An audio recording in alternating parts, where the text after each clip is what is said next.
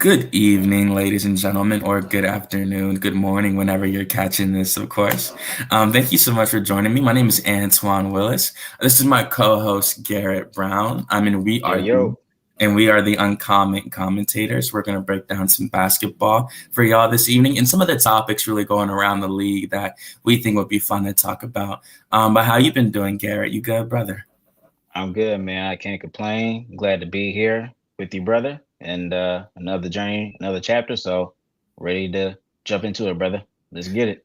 Of course, absolutely. And just to let you guys know, so for this evening's show, today we were going to talk about the best teams in the Eastern Conference, the Western Conference, and then at the end of the show, we were going to talk about some of the award races that are going around. Of course, it's pretty early in the season. It's only December 5th as we record this. The season is kicked off in October, but we still think there's been some pretty good performances thus far throughout the season, and I feel like some people have definitely separated themselves thus far, given the opportunities they've had with the upsets and like the major performances they've had. And some of the rookies we're going to talk about too. But yeah, man, we could go ahead and get to it. Want to give a shout out to my man Jay Holloway on the ones and twos. Great guy. You guys should definitely go follow him on social media as well. You guys can see my right there at Antoine Willis Jr. And that's my man Garrett at I am at GB_. So want to thank y'all again for joining us. Y'all could be anywhere in the world, but you're here with us right now. So yeah, we can go ahead and get to it. But yeah, Garrett, starting off with the Eastern Conference, because me and you both live on the East Coast. You can really start wherever you want, honestly. I was going to ask, who do you think has looked the best thus far throughout the year?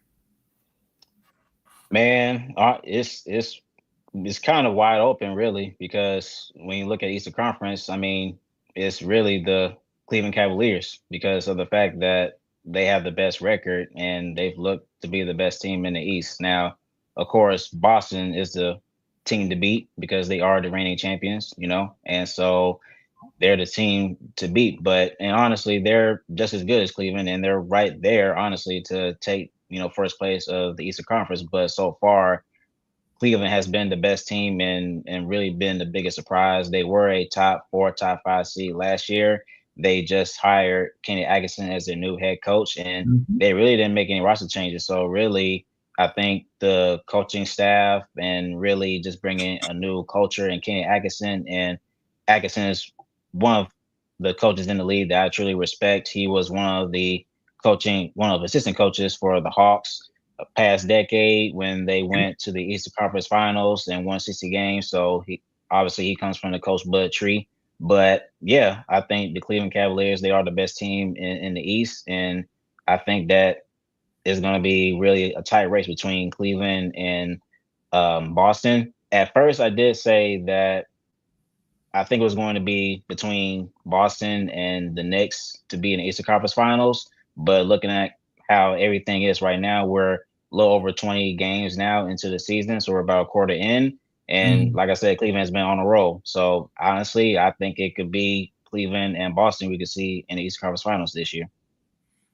Cleveland and Boston, you said, wow, really in the Eastern Conference Finals. Yeah, man, I'm really happy for Boston.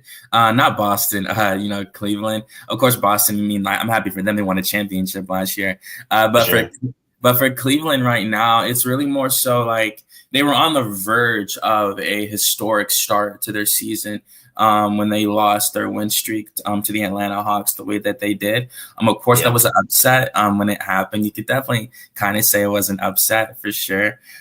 Seeing how Cleveland was a massive buzzsaw.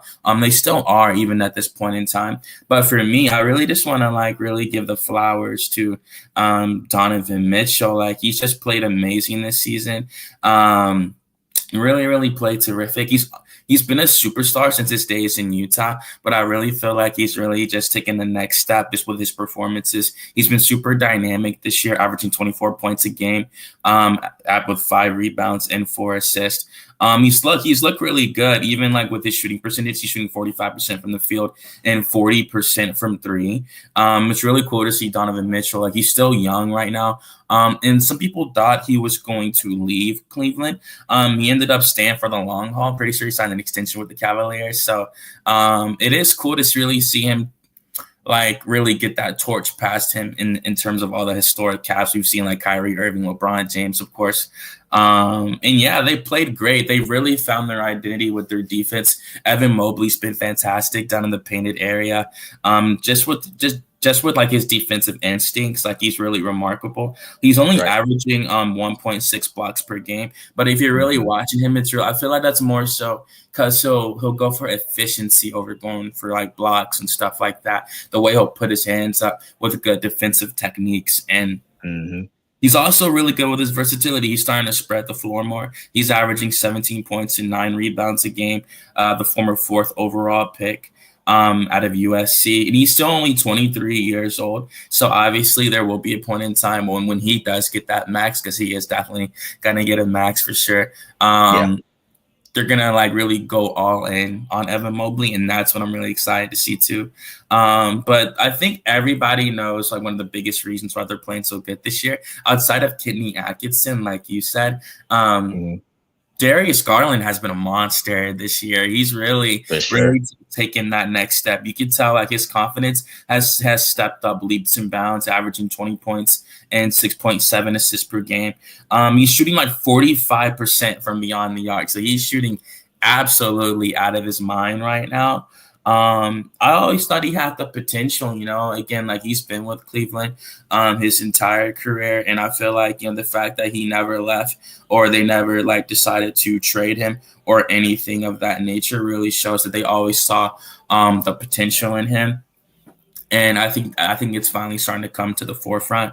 Of course, that's Cleveland. Of course, Boston, like I said, they're the defending champions. I want to give some love to the Orlando Magic as well. I think Orlando has played great. How do you feel about the Magic and how they played so far with Franz Wagner and Paulo?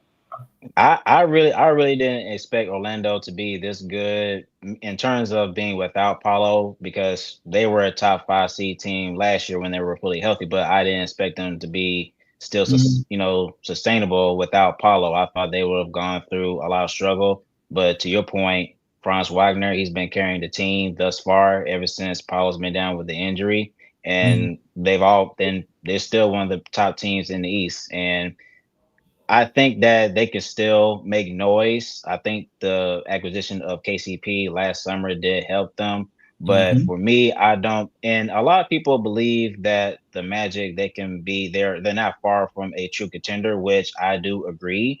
But until they get another piece, I would recommend of them getting a all-star caliber point guard, because I think that's the biggest piece that they're missing.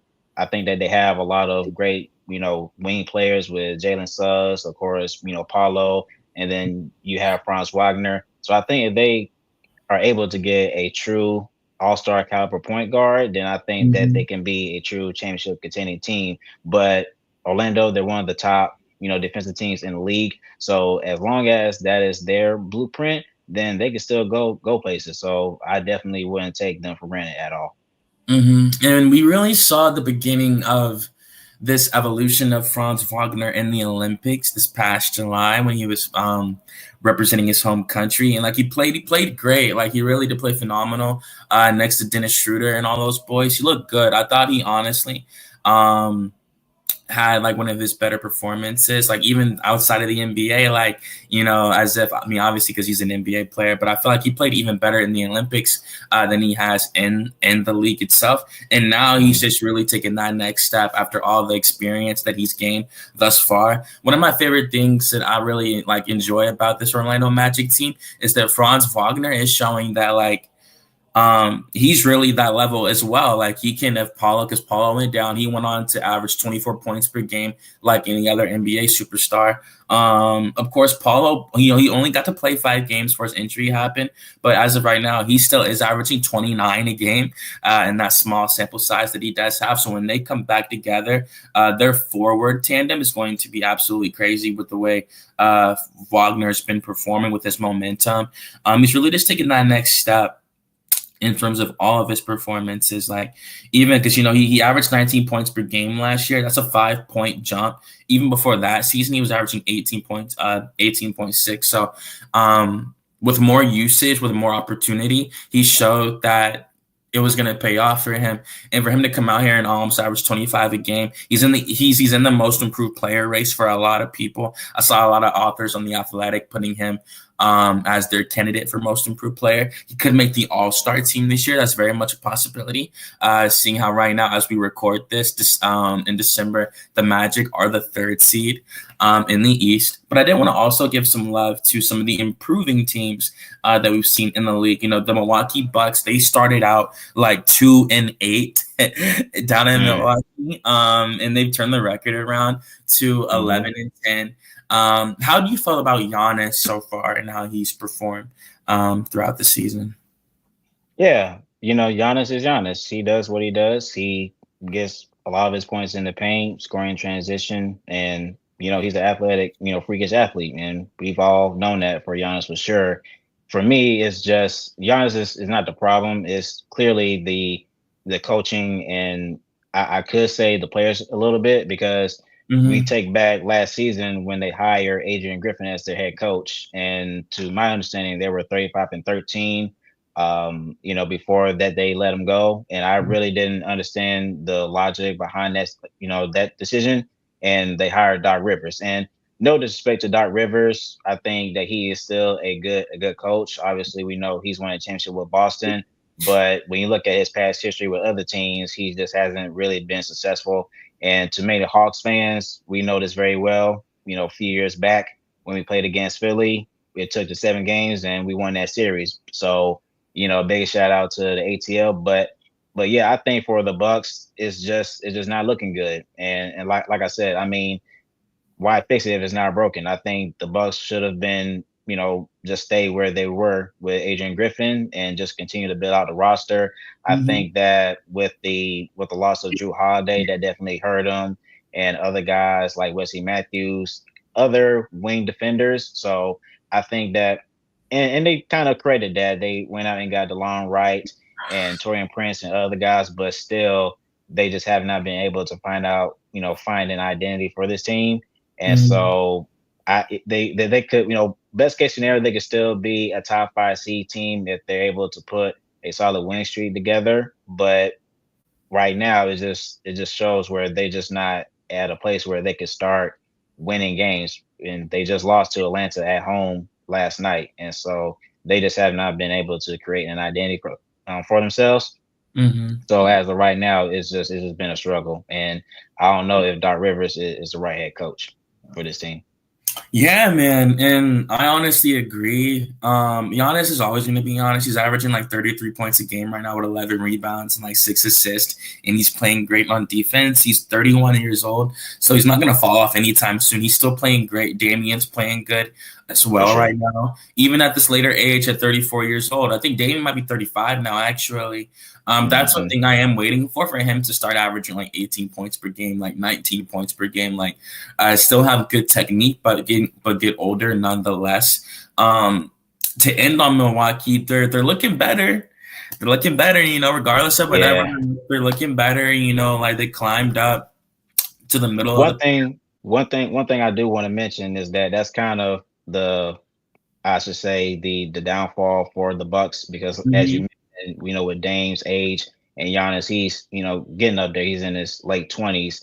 It's just where when you look at how this team is performing, you're kind of wasting your best players years. One would think that the Bucks, they would be a top 4, top 3 seed team, looking like a true championship contending team, but now you're in a process of trying to find an identity and trying to find out what works. So, and what would think that when they acquired Damian Lillard, then you would think that they would be right back in it as true, contention. But we see them now, it's just like they may not ever make it, win another championship. And of course, Mhm. you've heard it, Antoine, with the rumors about Giannis, potentially asking out. I wouldn't be surprised if that happens, but obviously we wouldn't necessarily see a trade happen, around the trade deadline at all because it would make more sense to make a trade if that comes into fruition in the off season because teams will have a better understanding of where they stand with their draft picks because that's something that's going to be play a big part into a any Giannis trade. But I'm just saying that with these Mhm. struggles that they're going through is hurting, their team and it's closing in their championship window. Yeah, man, and I agree. And they gotta look forward to the future. Like Giannis is super expensive. He's clocking in like over like 50 million a year the next 3 years. So like they Yeah, just gotta see what like direction they're gonna move in. Like obviously like there's gonna be a Milwaukee Bucks with a 2035 roster. So they gotta yeah, start getting the picks ready. That's what happens when you win a championship. You get up so high and like they were a contender for years before that. But hmm, they finally cracked it. They finally, passed the threshold back in 2021. And that's what happens. Like to compensate from that, there starts to be a downslide on your team. We saw with the Denver Nuggets, they couldn't yeah, repeat. They didn't make it out the second round last year. They ran into Minnesota. So that just really shows you, like, I mean, hey, at the end of the day, um, obviously consistency is key, but I feel like they're finally starting to get to a point where they know what kind of team they are. And they, of course, they're still missing Chris Middleton. He's a massive part of their core in like from the championship run. So we'll see how they do when he gets back. The Atlanta Hawks. Speaking of the Atlanta Hawks, obviously they've been looking pretty good. The Milwaukee Bucks were on a 7-game winning streak. The hmm, Atlanta Hawks ended that in their previous game. They've looked really really good the last 5 games. I yeah. don't say I don't say that as a person from Georgia to be biased or nothing like that, but they've undoubtedly the execution, the effort on the defensive end, everything has just been so much better in my opinion. So, how have you thought about the Atlanta Hawks thus far in December? Wow, so you guys see I'm repping the Hawks, with this cap. So, y'all know who I repping for. But yeah, the Hawks, they've been playing very, very well over the last, 5 games. And, they have a 105 defensive rating over these last 5 games, which is the second best in the league right now. And I think that they've been able to find an identity, obviously, with the additions of Zachary Ricochet that they drafted first overall pick this past draft. They were able to get Dyson Daniels from the DeJounte Murray trade, and you see the growth with Jalen Johnson, and arguably, no doubt, they're our second best player, and you could make a place, make a case that he could be, the best player, not just by the numbers, but in terms of how his performance is. I mean, he's averaging 20 points and 9 rebounds and 5 assists. I mean, that's very very good numbers for a kid at his age at 22. And so I think that the Hawks they're starting to find themselves, and I believe that as they continue to face these bigger teams, obviously you've seen them beat Boston in an NBA Cup game on the road. Um, You see them no beat Trey. Cleveland. Yeah, man, without Trey exactly. So which is more impressive. And you saw that they beat Cleveland twice. I mean, Cleveland was undefeated, and they beat Cleveland back to back. And then you see that they just beat the Milwaukee Bucks last night, and of course they have the Lakers tomorrow night. But even though the Lakers they haven't been playing well, but we're getting to the Western Conference soon. But I'm just saying that overall, the Hawks they've been on a roll. Everybody is sharing the ball. They're getting out and run, playing at a fast pace. So they're starting to figure things out. And right now they're in the top 6 seed. And for me, that's the expectation that I wanted for this team is to make the playoffs as a top 6 seed and avoid the play in because they've been in the play in for the past few years, and it's just time for them to find something that will make everybody better. And like I said, you as a team, you want to grow each and every year instead of going reverse and going downward. So I think that they're on the right track. So they just have to continue to just grow as a team, and they'll get better. So hopefully they'll go, for 6 straight tomorrow against the Lakers at home. And like that's the thing. It's like how you mentioned with the wins over the Cavs and the Celtics. Like it's their confidence. Like it's giving them so much confidence. Like you saw how the bench was when they were dapping each other up. Like after beating Boston like that, and like it was just really cool to see them because they knew like the moment they got that notification Trey was out, they knew the game would be a little bit harder for sure. And they came out from the opening bell. A lot of physicality, just all over the Celtics, not giving them any breathing room, really maximizing the capabilities of our roster. And they've honestly just really got a lot of momentum right now. They really found their identity with Dyson. Bogey, after their last win, he gave a lot of credit to Dyson Daniels and said he's given the whole locker room a lot of inspiration to want to play better on defense. Seeing a 21-year-old play defense over there like that, I'm pretty sure that can only inspire you. And because I kept wondering, I'm watching the games, I'm like, what was it? Like what was it? I'm not even joking. Like I'm really wondering what was it? Who said what and really made them flip a switch like that on defense, because it's setting up their fast breaks and their offense so good. And I think it was Dyson. Dyson maybe had Freddie call some stuff out. They know how good of a defender he is, so he's really credible. And their teammates, they all want to win at the end of the day. And they know that was their main issue was their defense. They've always been great at offense, so much to the point where their defense would hold back their offense. And now it's getting to a point where that's not the case anymore, that we've all seen they're getting out on the fast break way more. They had 20 points off the fast break at one point last night versus the Bucks. And they're just looking really, really good. Like Trey's leading the league in assists right now. You can tell from how he's playing on the court, how he's just setting them up in the paint way more. He's making a conscious decision to try and win that assist leader this year. He really, really wants it. It would just be really cool to see him get it. It would mean the Hawks really have some world-class players now, with Trey leading the league in assists, Dyson leading the league in steals, like Jalen almost getting he might get most improved player. And we saw that a lot of publications that came out and said that Jalen was the only player averaging 20 points, 10 rebounds, 5 assists, 1 steal, and a block. So it's just really cool to see all these young players finally start to find their potential. I mean, DeAndre Hunter is shooting 43% from the 3 right now. When he's healthy, he's they're so good. I think they're undefeated with him in the lineup, actually. So he's really been the catalyst, having 2 great defenders like that. In his 3-point shot, they just look really good. But yeah, of course, just to end on the Eastern Conference, the Miami Heat, they're getting better. They're 10-10. They lost the game. Not to mention that they blew out the Lakers by 41 at home. Yes, they did. Yes, they did. Absolutely. I felt bad for JJ Redick on that one. He felt really embarrassed in the post-game press conference. He just knows, no matter the circumstance, you never want to lose by even 30 plus like that, And the Bulls are 9-13. The Pacers are 9-14. Tyrese Halliburton was in a post-game scrum about a night ago. And he's really disappointed with the way his team's performing right now. He's just saying there's no positive vibes. There's no positive takeaways. There's really nothing they can really talk about to really try to really get some momentum going. They can just really go out there and just hope to perform better. Of course, we saw them knocking on the door of the NBA Finals last year. So exactly.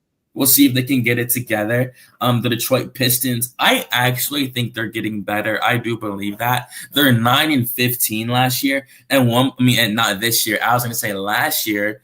At one point, they were 3-35, something like that. So they're looking way better this year. I'm really happy for them to show the progress. Of course, they're in that Cooper Flag sweepstakes, The Toronto Raptors are 7-15. Philadelphia, they're 5-15, which is absolutely shocking. We know that they were fined $100,000 after kind of not telling the whole truth about Joel Embiid's injury, his knee injury, of course. And the Wizards are 2-17 at the bottom of the conference. It's pretty funny You won't believe who those two wins are again. Yeah, man. Yeah, it's not looking good for Washington at all, man. And honestly, though, Antoine, to be honest with you, I thought that they would be maybe not good enough to make it to the play-in, but I didn't expect them to be this bad. You added Alex Sarr, who's one of the top, shot blockers, in his rookie class right now.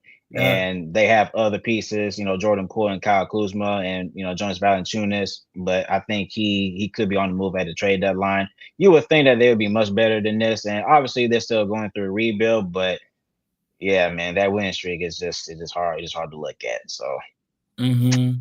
yeah. And yeah, man, like we're gonna see what happens. Hey, like a lot of mock drafts I checked, they're like, they're supposed to get the number 2 pick in the draft, and that's either going to be Ace Bailey or Cooper Flag. So either way, they're going to get a future superstar. So I'm really happy for Washington, and they can finally just hit the reset button on their franchise this summer. Hopefully, they can really just get either Ace Bailey or Cooper Flag. At the least, they got to get Dylan Harper to really have a chance of, by 2030, just being a whole new team. And Yeah.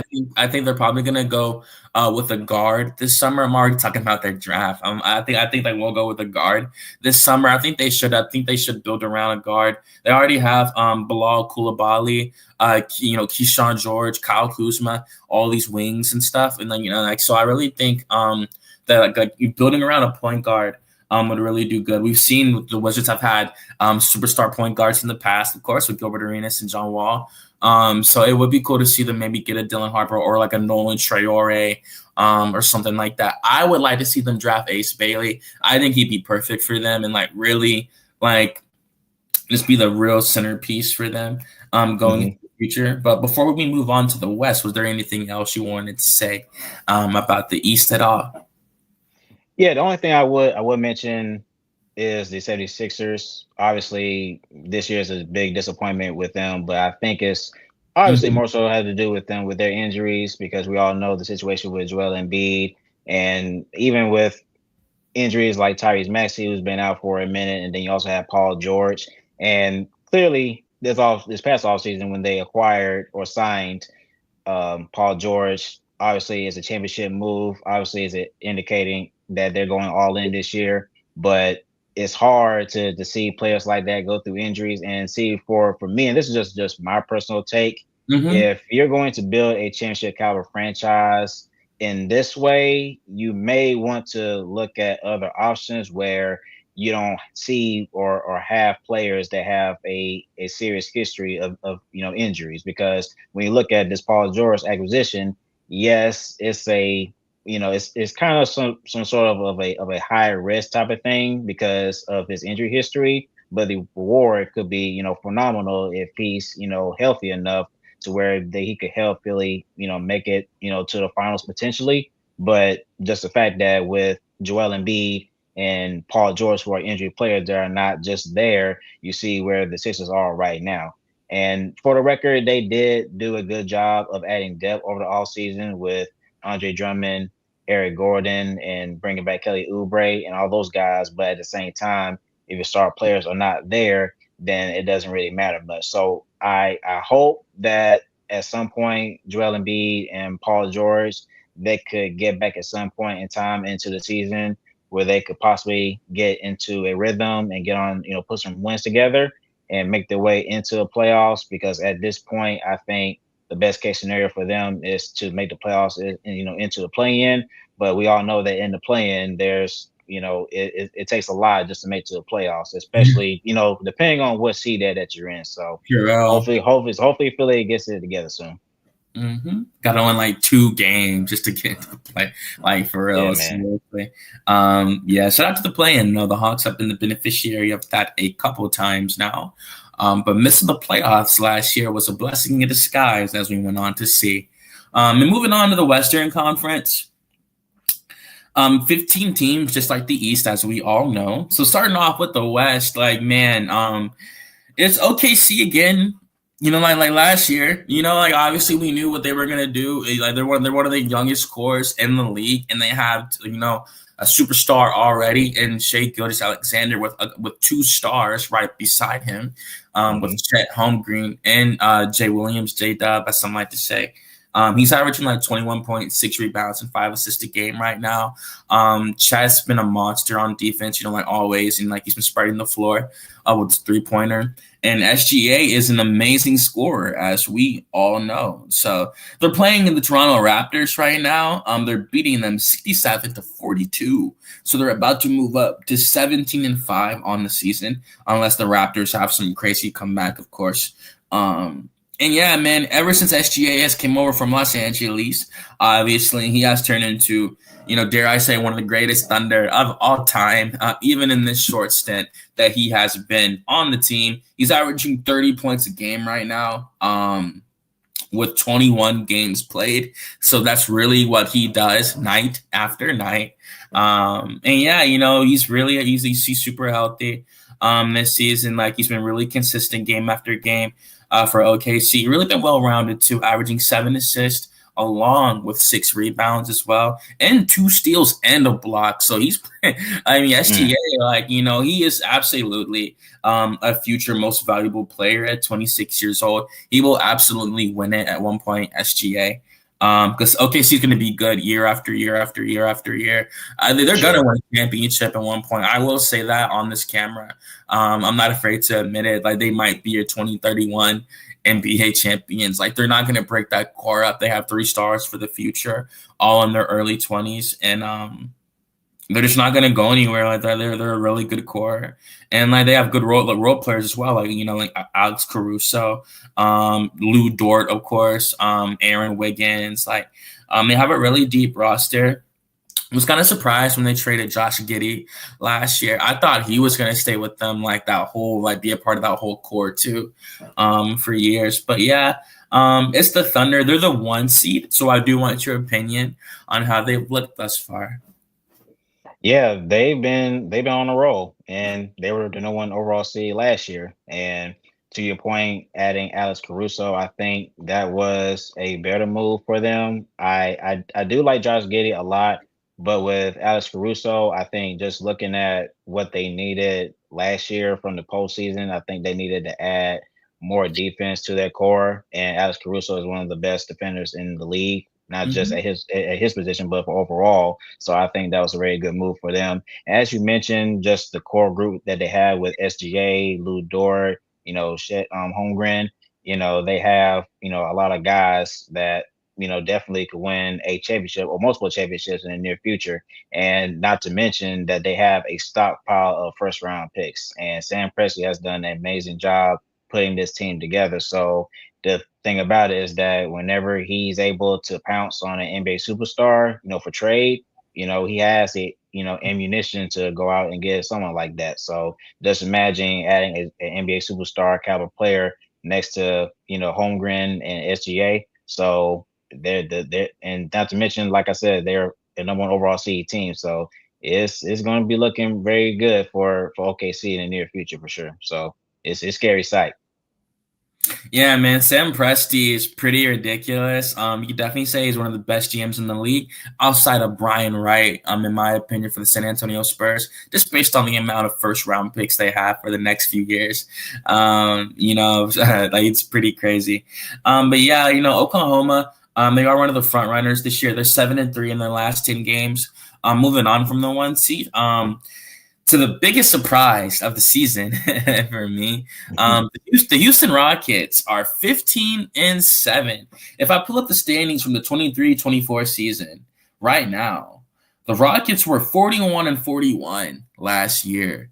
So for them to really show this kind of improvement, like 1 season later, and I get it, they could go on a losing streak, whatever. But without Perrin Sengun, like Jalen Green, like Amen Thompson, like they're just really good. And most importantly, at least in my opinion, most importantly, the change of culture with Ime Udoka. Ime Udoka has been phenomenal for the Houston Rockets. He's not on the court, but he's from the sideline, he's definitely been given some great insight. He's just been awesome for them, really seeing how he came over from Boston. We all know the situation, really, like he really rebounded from that real well. And now he has another young core that if I was him, I'd be extremely excited to coach. And with Reed Shepard, they just got him at the third pick. I think he's going to be the catalyst to this whole Houston thing. It's going to be Houston. They're doing it right now. I thought it'd be maybe 3-4 years from now. But it's going to be Houston, Oklahoma, and San Antonio for the teams that are really, really good like that in the future. So obviously they were bad for a really long time. That's why they got all these high draft picks, like with Amen Thompson, Reed Shepard, Jalen Green. That's like the number 2, 3rd, and like Amen was like the 4th pick. So it just shows you like, yeah, like, all those years tanking has definitely paid off for them. They have some really unique talent. Amen Thompson has incredible athleticism, obviously. Reed Shepard, even, a credible source like Sam Vecini from The Athletic, I love his work. He said that Reed Shepard on his podcast, The Game Theory, got to give it a shout out. He said that Reed Shepard is the best shooter since Stephen Curry in the league. So you can definitely make the case for that. Based off potential, he was shooting 52% at Kentucky while in college. For John Calipari, and 52% is just absolutely absurd. He made like 7 3-pointers on 2 different occasions throughout the season. And Houston's just look phenomenal. Like, they're the biggest surprise to me throughout the whole season. So I did want to get your take on the Houston Rockets in their new era post James Harden. Yeah, I think it was only going to be a matter of time before they actually improve as a team. I think that they added the right pieces. So now it's just where you have to wait for them just to, grow as a team.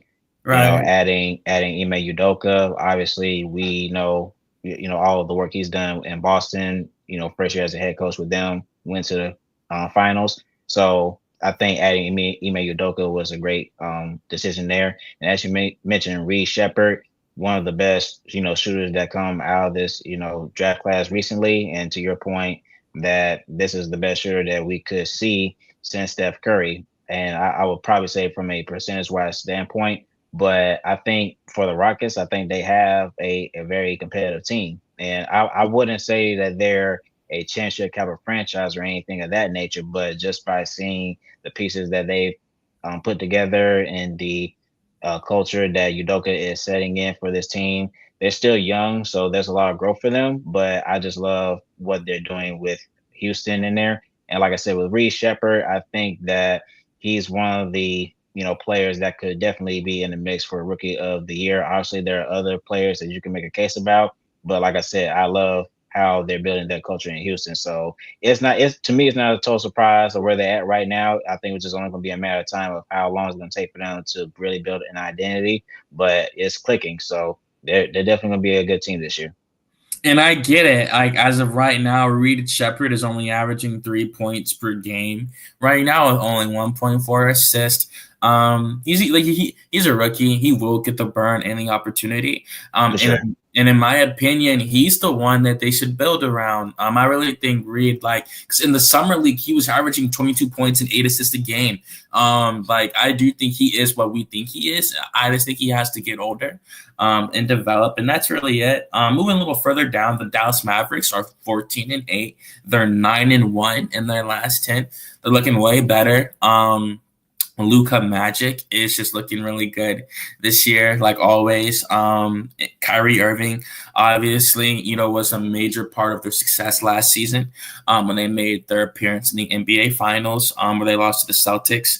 And Klay Thompson this year, obviously, was their biggest acquisition of the offseason. And he's looking really good for Dallas. He's really playing his role real well. They're beating the Washington Wizards right now, 101-77. I just think Klay's looked really good in his role over there. Just really being able to relax and shoot the ball, similar to his role in Golden State. He's averaging 13 a game right now, but it's really more so about his percentage from 3. And he's still looking pretty good right now. He's shooting about 36% from 3 right now. That's still about a league average. Of course, compared to his career percentage of 41%, that's a little low. But I think Klay Thompson's still getting used to his role in Dallas, and I still think like we'll see what they do compared to their season from last year when they made the finals. As long as they have Luka, they're gonna be perfectly fine. I don't think Kyrie's gonna fall off anytime soon. He signed a 3-year deal with them, so he has 2 years left on that already. And I think next year he will absolutely sign an extension. We'll see if he's still young enough in their eyes to get a max deal. He'll be around like 33, 34 at the time when he's about to try to sign that contract. I'm still crazy to think he's still like 32. He's still so young for life years. In the Phoenix Suns, I did want to give some love to the Phoenix Suns. They've slowed down compared to the start of the season. They're 4-6 in their last 10. They were 8-1. Now they're 12-8. So they're really kind of moving down to the middle of the pack. I still think Mike Budenholzer is going to do wonders for this Phoenix team as they move forward with Devin Booker and Kevin Durant. And how do you feel about the rest of the West? Like the Nuggets are 11-8. Like how you mentioned, the Lakers, they're struggling, but they're 12-10. And yeah, the Warriors, they started out 7-2, but they're 12-8 right now. And the Clippers, they're 14-10. Norman Powell is making a name for himself. So how do you feel about the rest of the Western Conference as we're in December right now? Yeah, you have to keep in mind that not just in the Western Conference, but the entire league, including the East, a lot of teams have struggled through multiple injuries. You mentioned, Phoenix, Kevin Durant, he's been out and he's hurt again, but he'll be reevaluated sometime next week. I think it was a calf injury that he had. But I mean, even when you look at the New Orleans Pelicans, I mean, pretty much the entire starting five, or at least the other starting four, is out with injuries. That's that's a team that I'm expecting to make the playoffs. Hopefully, when other players are back fully healthy. Obviously, Zion, it looks like he's not coming back anytime soon.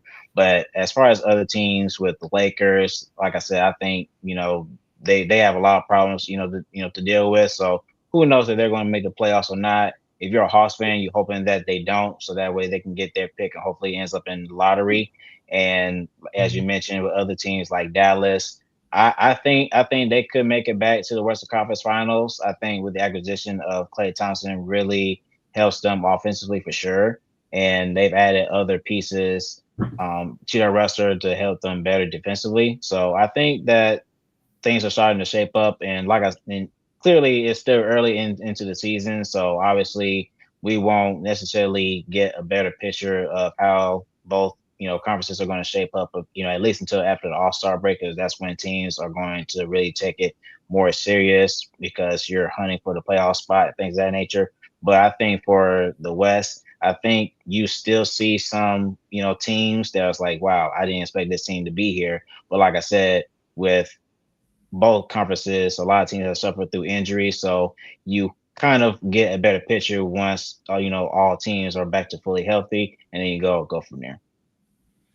Yeah, man, I couldn't have put it better myself. I think you put it really nicely.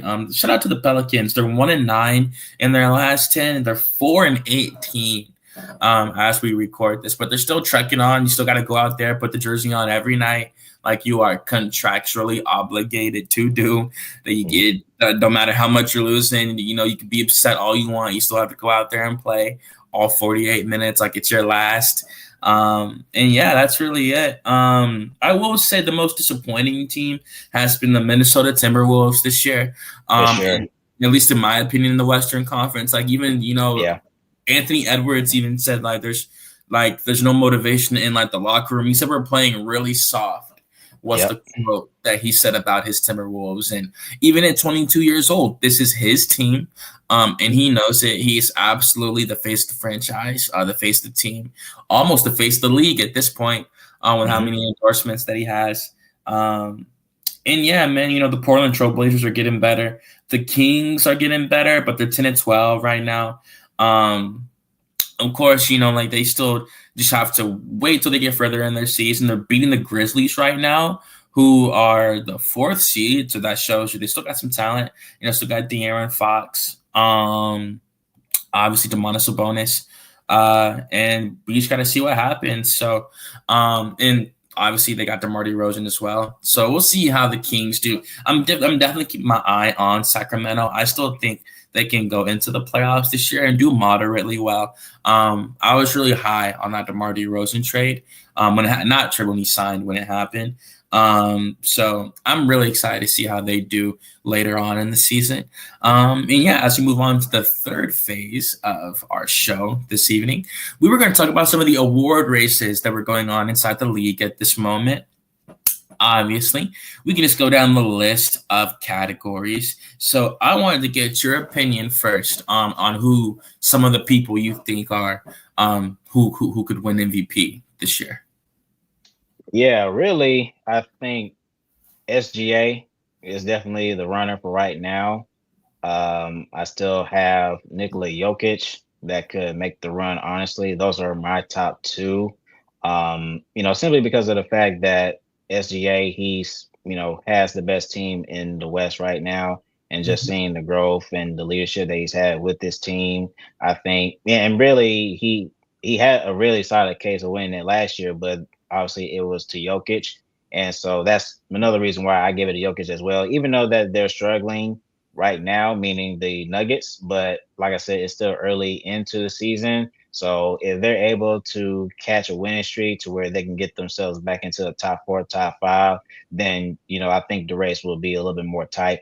But I think for me, SGA is the runner for right now. And if they're able to keep this up, where they remain the best team in the West from now until the end of the season, then I think that will solidify his case even more for sure. That's where I got. Yeah, man, I would love to see him win an MVP this early in his career. 26 years old, still really young. It would just really just confirm everything we've known about SGA the last couple of years, that he is indeed one of the best players in the league, if not top 5 players in the league right now, averaging 30 a game, year after year. Yeah. Yeah. He's really hard to guard every night. It's really crazy. He's good in the clutch. He's getting better with the playmaking, and is better with the defense too. So, and he's really hard to guard as a taller point guard as well. Some honorable mentions for me. The first one was Donovan Mitchell for the Cavaliers. I don't put it past he could take home the Most Valuable Player award. They're low key the best team in the league right now, outside of the Celtics, who have a similar record to the Cavs. But it's really more so about their momentum and the teams that they beat. I think Donovan will be a Hall of Famer at the end of his career. I think he's on pace to get a bunch of All-Star appearances before he retires and put the jersey up. And he could get 2 jersey retirements. You never know, for Utah and Cleveland. You never know. But he's been playing really good, man. And I don't put it past Donovan Mitchell taking home the MVP. And my last one was Jason Tatum of the Boston Celtics. I think it's literally only a matter of time until he wins an MVP award. I think it's going to happen. I think one year he'll just be absolutely undeniable. They're going to have a great record. They'll be like 30-2 or something like that. They're going to look crazy one year, even better than they thought we thought they could look.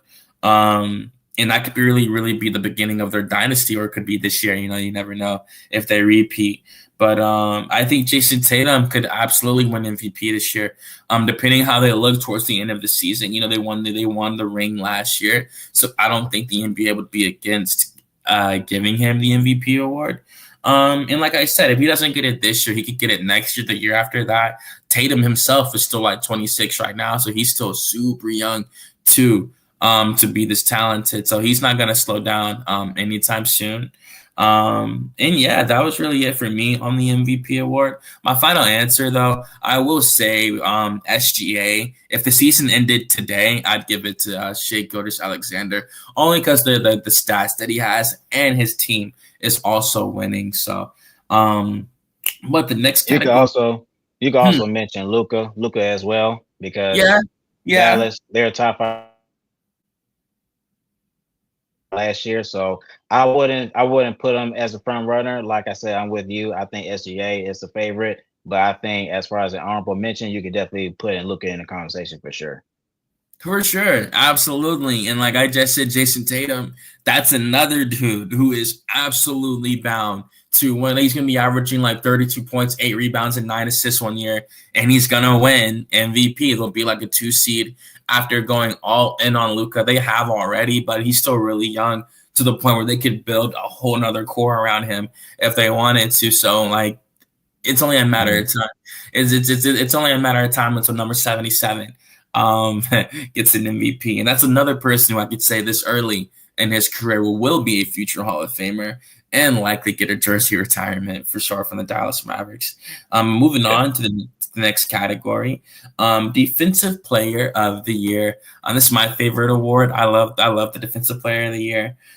Just really like seeing how one player can make such a massive impact on one side of the ball.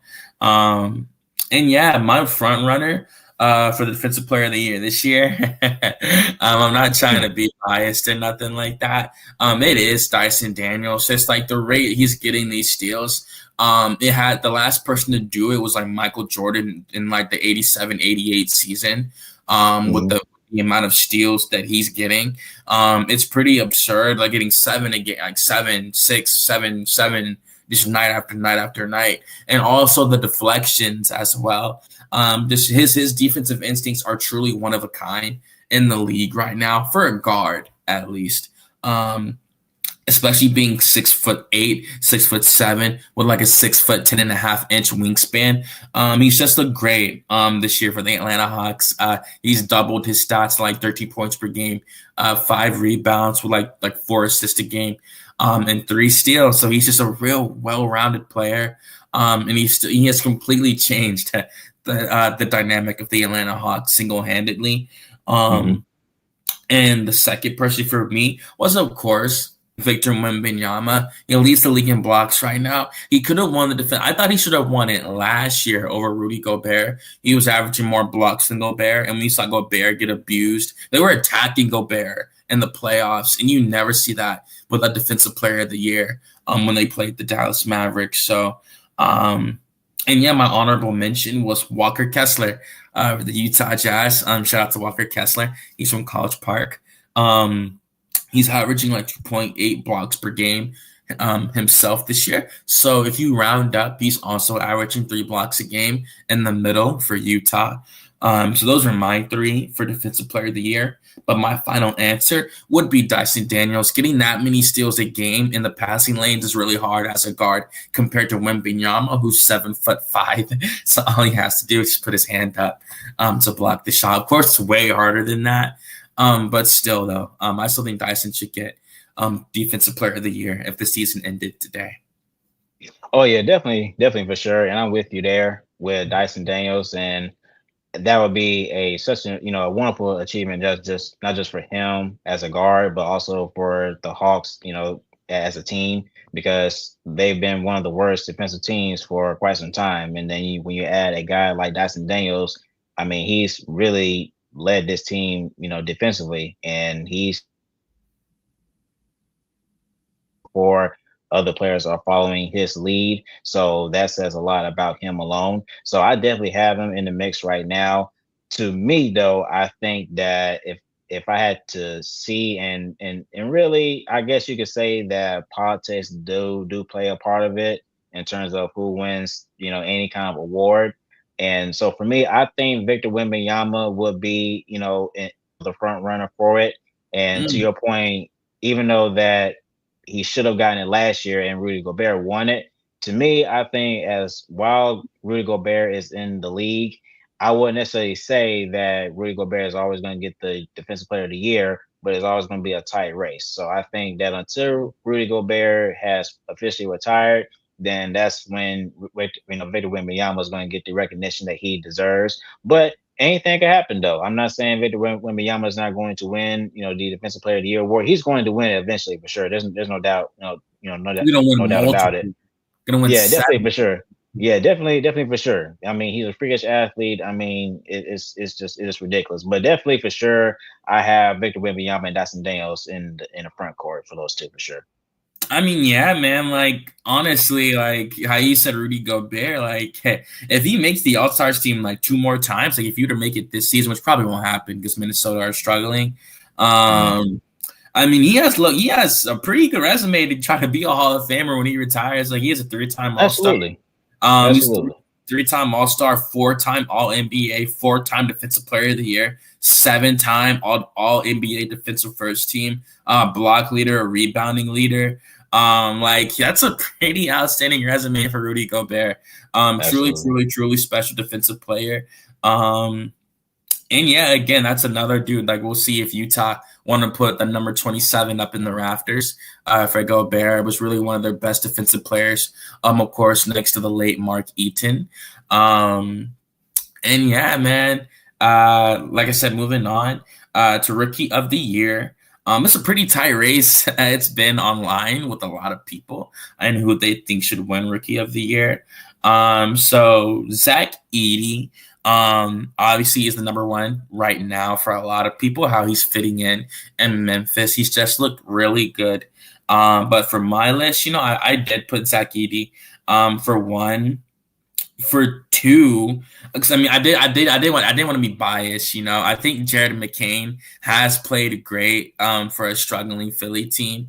I think he's been a big surprise. For some people, he played great at Duke, but he did fall kind of low in the first round of his draft. And he's played great for Philadelphia. Being 6'3", can play shooting guard, point guard. Doesn't matter. He's been phenomenal. And yeah, I think he could definitely take home the Rookie of the Year. And the last one, of course, for me, in my opinion, is Zachary Rissache. He dropped 33 points at one point this season. He's had a massive impact on the Atlanta Hawks. With just his 12 points per game, it's been a huge impact. He's played great on the defensive side of the ball, and his versatility. Quinn's put him at the power forward, the small forward, the shooting guard. It doesn't matter. Like he's playing whatever he needs to. And he's really shown great flashes during his time in Atlanta. And I'm really excited for his future next to Jalen and Trey. And I think the three of them are really going to do something special down here. The four of them, got to include Dyson Daniels in that for sure. And I'm just really excited to see how all these new players are going to really transform the Hawks. And same with Memphis. I think Edey is going to be in Memphis for a really, really long time. From the whole Steven Adams thing to Zach Edey, I think Zach Edey is going to be a great replacement for them. He's really young and he plays his role really well. So I'm really excited to see how he's going to fare as he gets older. That's another person who I think will win Defensive Player of the Year later on. He might win it one time, maybe twice, but Zach Edey will definitely win Defensive Player of the Year at one point. But who do you think should take home Rookie of the Year if the season ended right now? Yeah, I definitely have to give it to Zachary Rissache right now, not just from how many points he averages amongst other rookies, but just the overall impact that he brings to the team. Mm-hmm. And right now, the Hawks, they have a top 15 defense, so which is very, very good for this team.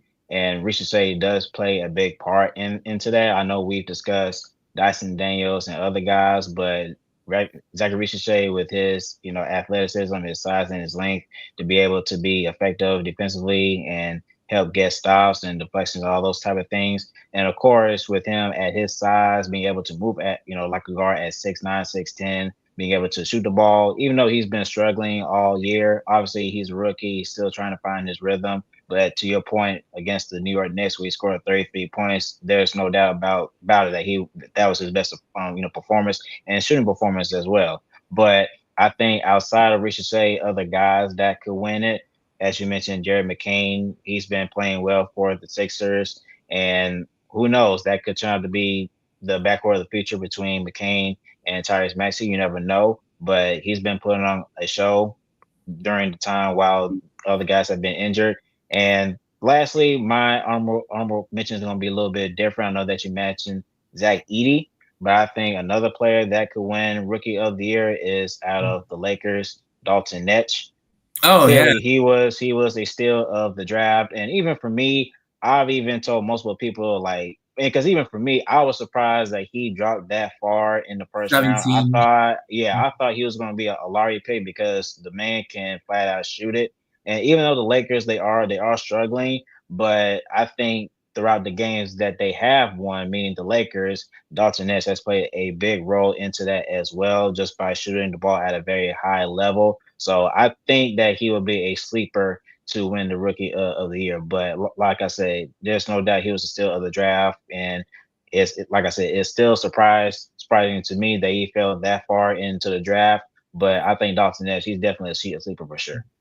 And for sure, and I think if we go into the future and if we go to 2034, I think Dalton Connect is absolutely still a Laker. I think he's going to be there for a very, very, very, very, very long time. He's too good of a shooter already for them to give up. He can at least become a great role player at the shooting guard, small forward for them, and a fan favorite as well. I do think Connect for. It's just too good of just a whole persona for them to let go. And he loves LA. I think he likes it already. And they knew what they were doing when they picked him. And I agree with you. I was shocked when he fell down to the 17th pick, but I know Rob Pelinka was licking his lips when that happened. The Lakers really needed the shooting, and he's really, really made a big impact already. And he was NBA ready coming out of Tennessee. He was he was 23 years old already. So he was already ready to get started. And I'm really happy for him. Shout out to Bronny James as well. He's a rookie as well in his rookie season, playing for the South Bay Lakers in the NBA G League. And he's just, trekking along, just still trying to improve. Every game, 6'1" guards, so, it's kind of hard in the NBA like that. Trey makes it look easy. Fred VanVleet makes it look easy, but it's really, really, really hard for sure. And yeah, like all these rookies could definitely take it home. But y'all heard it here first. I was kind of leaning Edie. And my man Garrett picked Zachary Risache. Of course, I would love to see Zachary take it home. Absolutely, of course. But we'll see what happens. And moving on to most improved player. Just got about 2 more categories for y'all left this evening. I want to thank y'all again for joining us on this show. Really blessed to have y'all here. So most improved player. Now, this one's pretty interesting. Like I said, there's a lot of different people you could pick for this. I think I mentioned that during the conference breakdowns. But yeah, like for me right now, the front runner for most improved player. I don't want to be biased, but I think Jalen Johnson of the Atlanta Hawks has played like absolutely phenomenal. I think he's truly risen to an all-star level this year. They cannot be denied. Really, with the volume of triple doubles he's getting, like even when he's not getting triple doubles, he's getting like 23 points and 15 rebounds. And he's playing good against great competition. That matters. He played good against Boston. He played good. He had a triple-double against the Celtics. He played good against New York. He played good against Cleveland. He played good against Milwaukee. He played great at home against Milwaukee. So he's doing this no matter who's out there on the floor. So he's really taking that next step, and like his physicality, he's absorbing contact so much better now to power the ball through to the rim on the fast break. The Hawks haven't I wrote in a piece. I actually just published a piece on Jalen Johnson for the Lead a few days ago, and like it really just encapsulating like his all-star future in Atlanta. I don't think the Hawks have ever had a superstar duo in Atlanta. Not just, a star and like one person's really good, averaging like 18 a game. I'm talking like superstars, like, dynamic highlights every game, like from both players. Like the Hawks have never had that. So the fact that both these players, Trae Young and Jalen Johnson, were drafted, and they're aware of their dynamic as well. Like Trae just posted a picture on his Twitter last night after the game about them two after the game. So they're aware of their dynamic. Those two are probably really close behind the scenes. So they're both playing really good. Jalen's playing phenomenal. He's taken an even bigger leap from last year. And I think why he should win most improved player is just the fact that he's doing it every single night now. This is his standard. He's arrived, as you could say, as NBA pundits like to say. He's arrived. He has. He's really reached that star level. And I'm really happy for him. And this is all paying off. The Hawks have him for the next 5 years. So, we're going to see him develop, and we're going to see how far he can really go as an Atlanta Hawk. I think he's definitely a future All-Star. He's already averaging 20, 10, and 5. And again, he's doing it every night. It's not like he was going off for like a set of 3 games in the beginning of the season. This has been his standard. 20 games in, and he's just doing it night after night. And he has the confidence now to do this night after night. And yeah, it was Jalen Johnson. Darius Garland was an honorable mention with Cleveland. Like I said, he's confident himself now. He's just taken such a big leap from his previous years with his backcourt mate Donovan Mitchell. And the last person who a lot of people picked him online, even more so than Jalen. I've just seen his name more. It was indeed Franz Wagner of the Orlando Magic. He's averaging 19 a game last year and averaging 25 a game this year. Really, just taking, like, really holding down the fort until his teammate comes back, Paulo Banchero. He's looked great. He's really stepped up to the plate like he was supposed to. And like it shows that like if there was no Paulo, he himself as the man of Orlando would be a 25 point per game scorer.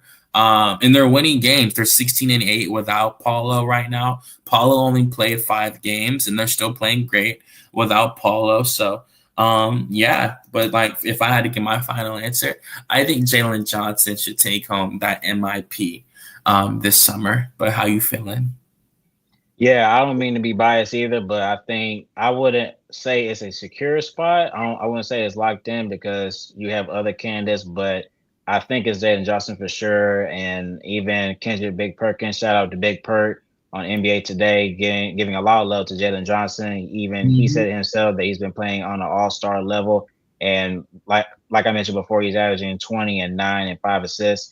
And look, and a lot of people question if he would be able to take that next step as the second option on this team behind Trae Young, given the fact that, you know, DeJounte Murray was the second option behind Trae last year. Obviously, he's not here. So that's kind of been a question of whether or not if he was able to take that next leap. And he has so far. Obviously, he struggled a little bit in the beginning of the season, but as the season progressed, he's been, you know, getting, you know, a lot better each and every day. So the only thing that I hope for is that he doesn't go through any significant injuries like he did last year. Because honestly, just to be real, if he didn't suffer through those ankle injuries, I think he could have won the most improved player last year.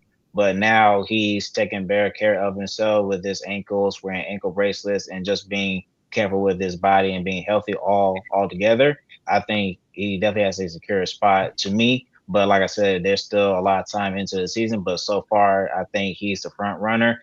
I also want to mention Dyson Daniels as well, even though I mentioned him as a Defensive Player of the Year candidate. But I think that just looking at his growth as a player, I think he could be in the conversation. And really, because of his defense and how much, you know, he's improved, even on the offensive end, you know, being able, you know, he's shooting the ball a little bit better, and he's been able to, you know, get to the paint, you know, with his floater and things of that nature, and just being more involved, you know, on the offensive end. I think he could be a candidate. And lastly, I would give Cade Cunningham as a candidate as well, given the fact that he's averaging 23 points, 7 rebounds, and 9 assists. And to your point that you mentioned earlier, that they're 9 and 15, and they're not, you know, far at all to competing for a play-in spot as well. So I think that if Cade Cunningham can lead the Detroit Pistons to a play-in or even to the playoffs, I think if they can make the playoffs, then I think that could make a strong case for him as well, because the Pistons, they've been a bad team for God knows how long. So for them to potentially make to the playoffs through the play-in, I think that would be a strong candidate for him as the most improved player on his end for sure. Yeah, man. Cade Cunningham might take it too. He's really he because he was already a star, but he's got into that superstar level now this season. Really shown why he was the number 1 overall pick indeed back in his draft, as he should have been, absolutely. And I'm really excited for him and Jalen Green's rivalry to take place over the next few years. Of course, Jalen Green's team is way better than Cade's right now, but they're both still building, and it's interesting because like For those of y'all that don't know, like they've been on like the AAU circuit for years and stuff like that with each other. And it's interesting because the Rockets, like, the Thompson twins play for the Pistons and the Rockets. So whenever they face off, it's always going to be just super interesting to see the dynamics and stuff like that. But to end it on the MIP, I was going to go with Jalen Johnson. Good pick. Good. Honorable mention with Dyson Daniels. He could definitely take it too. Doubling his stats on almost every facet of the game and really putting himself on the map this time around. And yeah, going to our last category of the night. I want to thank y'all again for who had the time to sit down with us this evening. We clocked at about 1:10 tonight, so I really appreciate y'all for taking the time out. And yeah, so for the last category, it was going to be Coach of the Year. Now for this one, obviously we've seen how some of a lot of the teams have kind of similar records right now in like the East and the West, stuff like that. So it shouldn't be too hard to really show, like, really pick who has really separated themselves thus far.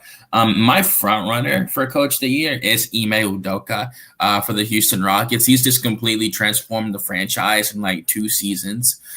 He's doing so much with these young players, Jabbar Smith Jr., Jalen Green, Amen Thompson. Like he's doing just so much for them from the sideline. And I think because he had a good team in Boston and now Houston is good, that just shows like the common denominator, and it is him and his coaching style and his playbook.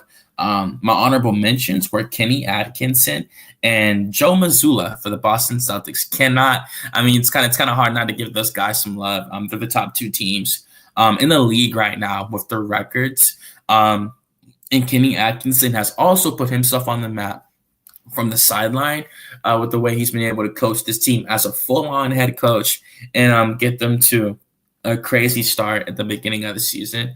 But that was my final pick. I will say Ime Udoka for the Coach of the Year for 2024-25.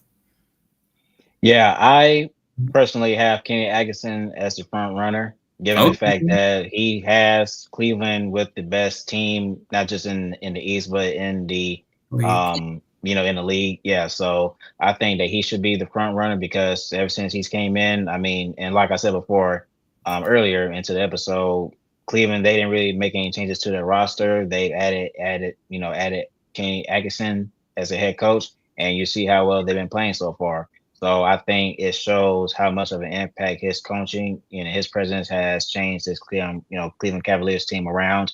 I do agree that other candidates such as Ime Udoka, you can make a case for him because he's helped this Rockets team to get a lot better as a top 5 seed team. And Joe Mazzulla, obviously, they're still the team to beat in the league because they are the reigning champions. So if he's able to, get Boston back into the finals, at the very least, then he could be a strong candidate for the Coach of the Year as well. But Kenny Atkinson, just the fact of the matter that you see how well he's coached this Cavaliers team, I think he's definitely up there for sure. That definitely top 3. Yeah, and like he's just because it's still the same roster, like from the last couple of seasons. It's just the coach is different, and like he's really transformed the team. Like I said, Donovan Mitchell's like my top MVP candidate. I do not it's SGA, but Donovan's my second. He definitely could win it. I wouldn't be surprised if he did. I really do think he's played great thus far throughout the season. But yeah, that was really it for me. Like I said, just to end it, best team in the East right now is Cleveland. You could definitely say that. On paper, some still might think it's, Boston, stuff like that. I just think Cleveland's look really good. For the West, for me, it is Oklahoma. I think they'll end the season as the first seed. I think Denver will get better.